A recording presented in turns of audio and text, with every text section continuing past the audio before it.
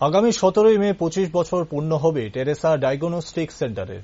এই উপলক্ষে বিশেষ আয়োজন করেছে টেরেসা ডায়াগনস্টিক কর্তৃপক্ষ। প্রতিষ্ঠানের তরফে বেশ কিছু সামাজিক কর্মকাণ্ড হাতে নেওয়া হয়েছে তাদের 25 বছর পূর্তি উপলক্ষে। এই উপলক্ষে আগামী 17ই মে টেরেসা ডায়াগনস্টিক সেন্টারে একদিন রক্তদান শিবিরের উদ্যোগ নিয়েছে প্রতিষ্ঠান কর্তৃপক্ষ। প্রায় 100 জন রক্তদাতা এই শিবিরের রক্তদান করবেন বলে আশা করা যাচ্ছে। সোমবার আগরতলায় এক সাংবাদিক সম্মেলন করে এ কথা বলেন প্রতিষ্ঠানের managing director doctor Achinta Bhattacharya.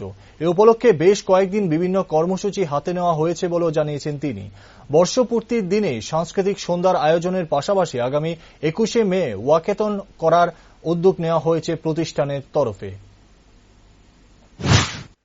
17 মে আমাদের টেরেসা ডায়াগনস্টিক সেন্টারের 25 বছর পূর্তি। মানে 25 বছর আপনারা নিশ্চয়ই বুঝতে পারছেন যে একটা বিরাট ব্যাপার। আমরা 25 বছরটা একটু অন্যরকম ভাবে সেলিব্রেট করতে চাই।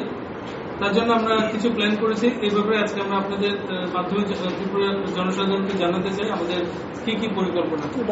আমাদের অনুষ্ঠান শুরু হবে 17 মে সকাল 10টায় টেরেসা ডায়াগনস্টিক সেন্টারে এক রক্তদান শিবিরের মাধ্যমে। এই রক্তদান শিবিরে আমরা লক্ষ্যমাত্রা নিয়েছি 100।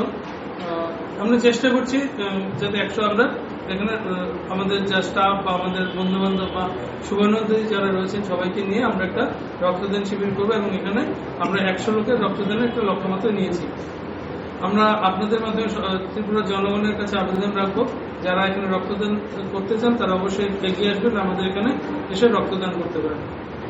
আর সেদিনই সন্ধ্যাবেলা আমরা একটা অনুষ্ঠান রেখেছি। আপনারা জানেন যে আমরা প্রতি বছরই প্রায় এই প্রতিষ্ঠা দিবসে একটা কালচারাল প্রোগ্রামের আয়োজন করি।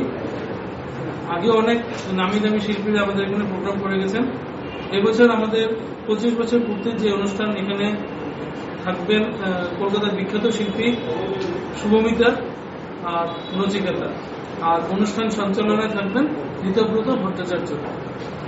এই অনুষ্ঠানটি আমন্ত্রণমূলক এবং গত কিছুদিন ধরে আমরা আমাদের ক্লিনিকে আমন্ত্রণপত্র বিলি করেছি। আমন্ত্রণপত্র বেশ কিছুদিন আগে 2-3 দিন আগে নিঃশেষিত হয়ে গেছে।